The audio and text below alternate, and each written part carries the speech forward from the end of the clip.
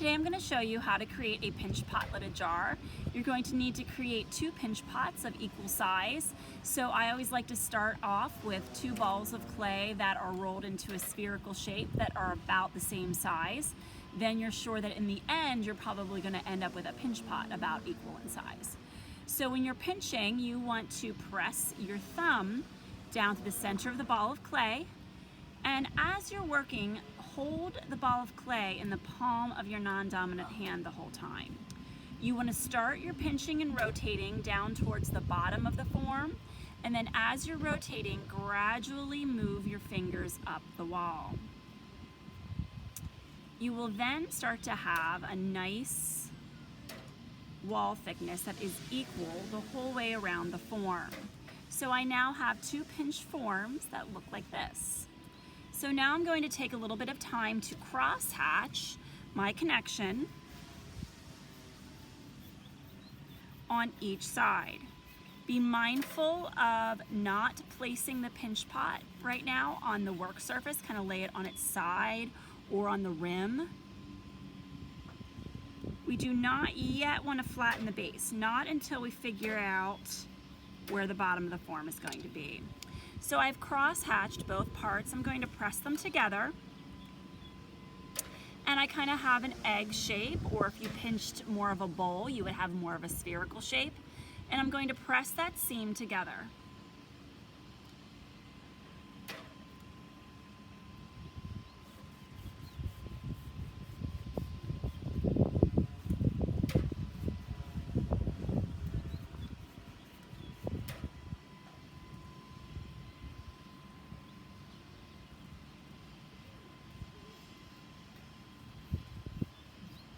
Okay, so now I have kind of an egg, a lumpy egg shape or a potato shape.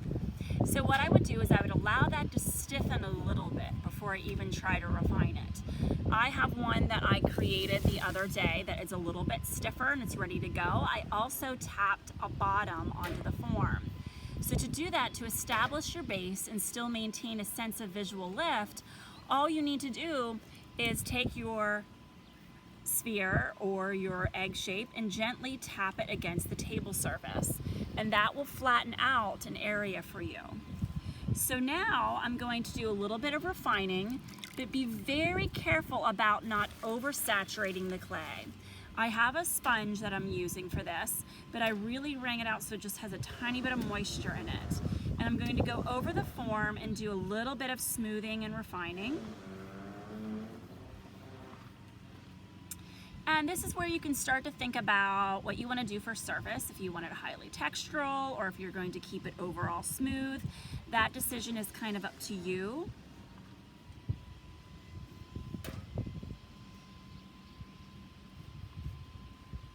But you can see, because I let it stiffen a little bit, it's very easy to smooth. If you try to smooth it when it's too soft, it's just going to make a mess. So please allow it to stiffen before you're adding moisture to the surface.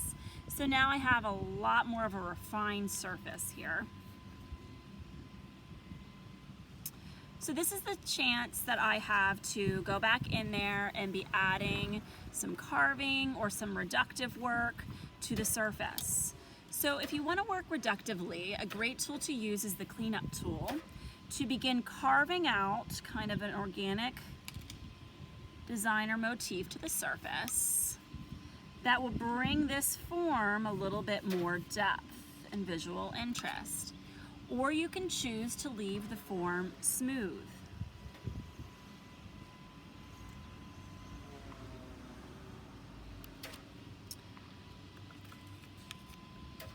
If your clay is too wet, this part will be very challenging to smooth and refine. So if you're struggling with getting it refined to the point that you want, give the clay a little bit more time to stiffen up and it will go a lot easier.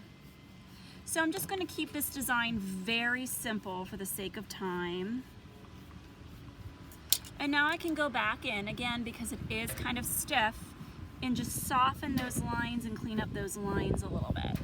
So you can see the difference that it makes when you just apply a slightly damp sponge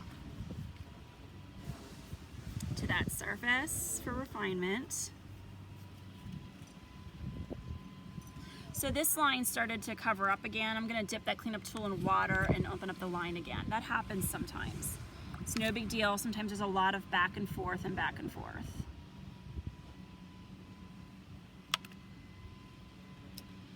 So I'm going to get back to refining the lines again.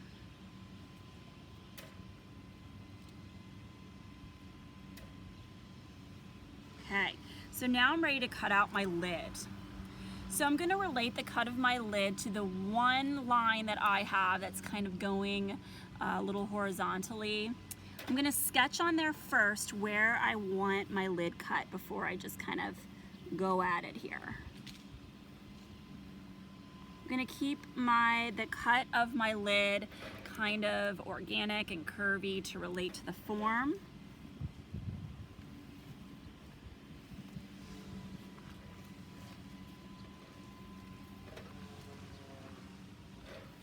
Okay, so now I'm going to take a wet cleanup tool and I'm going to cut through at a 45-degree angle. That'll help the lid stay on later.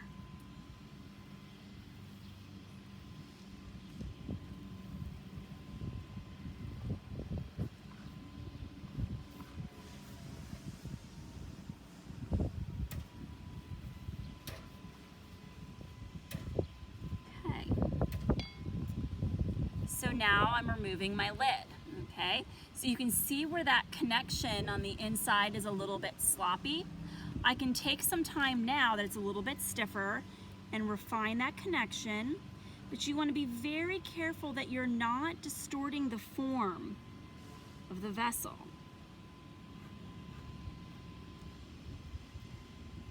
So now I'm going to go back in with a damp sponge and just refine these edges a little bit.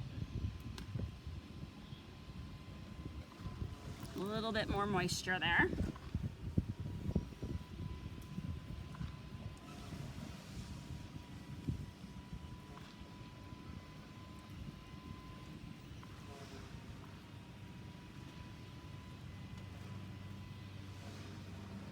So now I have a little pinch pot lidded jar. Rather than have these potentially stick together as they're drying, I would probably leave them apart for drying. I'm going to take a little bit of time to do some more reductive and additive work, I think, to this form before I get the finished form posted.